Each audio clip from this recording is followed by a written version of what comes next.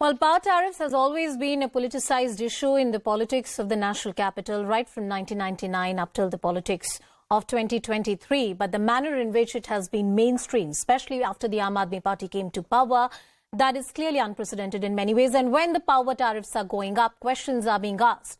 Is this merely about BJP versus the Aam Aadmi Party, or more importantly, it's about the end consumers like me who stay in the national capital and lakhs of other people who pay their electricity bills? Mr. Vaibhav Agarwal, the leader of the BJP, Anika Mehrotra, who is the spokesperson of the Congress party, Akshay Marathe from the Aam Aadmi Party is also joining us on the broadcast. Good evening to all of you. Thank you so much for joining us on the broadcast. Akshay, I'm sure you're aware that there is an intricate math involved when the power tariffs are hiked. The fact that BSES takes a certain call and whether that's passed on to the end consumer or not also depends on if there are any subsidies which are being rolled out by the central government or the state government.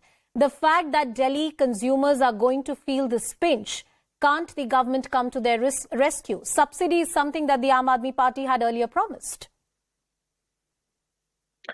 Anusha, that's a very good question. And I think let's begin at the subsidy question. Sure. The Aam Aadmi Party has consistently, for the last few years, been giving a 200-unit subsidy to every consumer in Delhi. So approximately 70 to 80% of all Delhi's consumers receive a zero Bijli bill throughout the year. And in the summer months, that number goes down a little bit. So even after this DERC order allowing some power companies to hike PPAC, which is the Power Purchase Adjustment Charge, even after this order, the Delhi government subsidy will continue to provide zero electricity bills to all of those people who were receiving it earlier as well.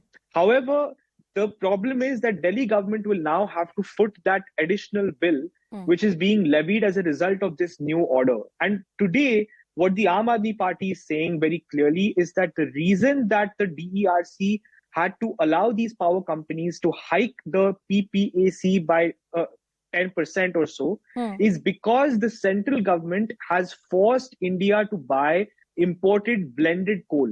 You see, India has always had coal mines. We have always had a very steady supply of coal. And that coal costs about 2,000 rupees a ton, whereas the imported coal costs more than 10 times of the Indian coal.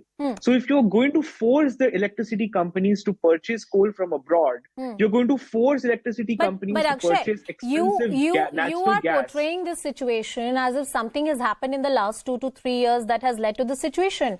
The fact that the coal prices have been significantly going up, or the fact that the imported coal and the consumption of imported coal was increasing in the country, that should also be read with the fact that various discoms here in the national capital are not having a good time managing their math and their numbers. The losses that they are incurring are huge. They run into hundreds of crores, and in fact there have been demands by them that there should be a revision in the power tariff, something that the Delhi government has resisted. So this situation has existed for a while now. See, there are two different parts of this. Yeah. One is the cost of power.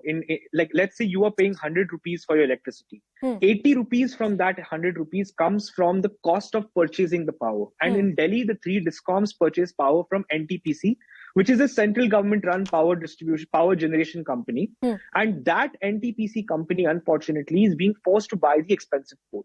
So let's assume that there is some issue with the distribution companies, but the crisis currently in India is at the point of power generation because the coal that we are purchasing is so expensive. And this is not a problem that only Delhi is going to face. All the distribution companies around the country are being forced to buy expensive power from the central government. You've made a pointed point. Let me finish. Yeah.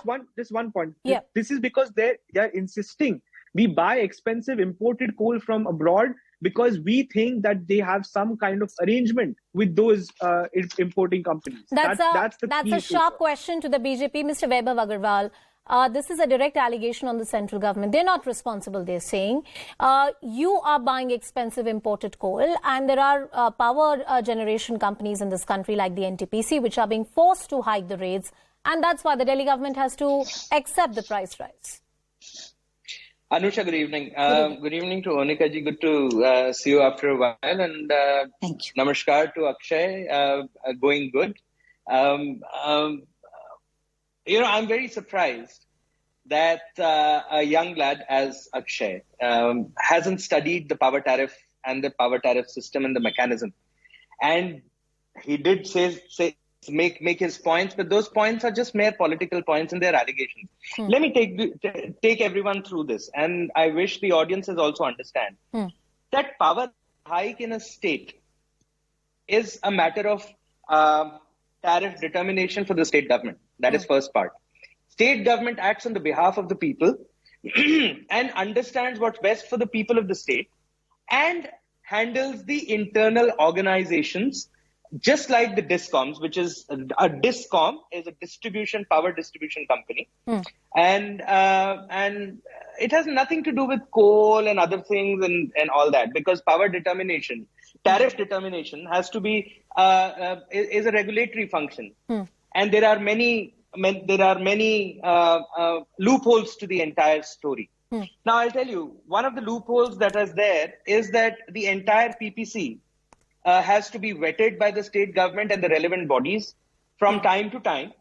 And you also understand that there is a legal concept of truing up.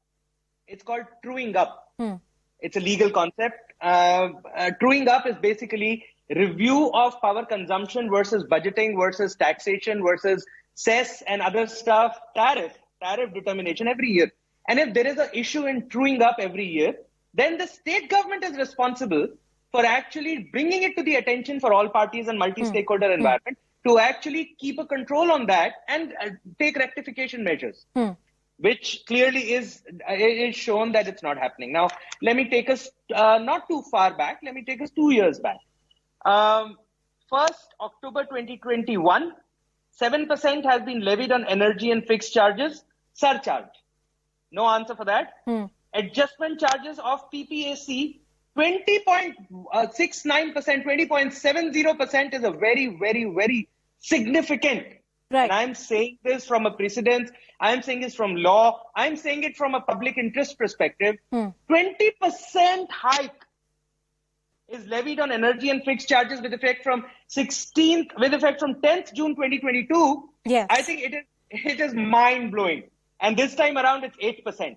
It is mind-blowing. The clear intention of the Aam Aadmi Party is that we speak a lot. We will speak a lot. We'll be very nice people. Our chief coordinator, patron, president of the party will go around in 600,000 rupee worth of chappals, but will travel in 40 lakh worth of cars. But we will not talk of public interest determination at all when it comes to doling out things and when it comes to receiving the same money one way or the other. All right. Will the Aam Aadmi Party, Anusha, will the Aam Aadmi Party deny the fact? One second. Yeah. One second. Will the Aam Aadmi Party deny the fact that in totality, this particular hike is to garner more than 700 crores, which is due towards the pension of the Delhi Jal Board employees, which the state government has not been paying for a very long time. Before there's a response from Akshay,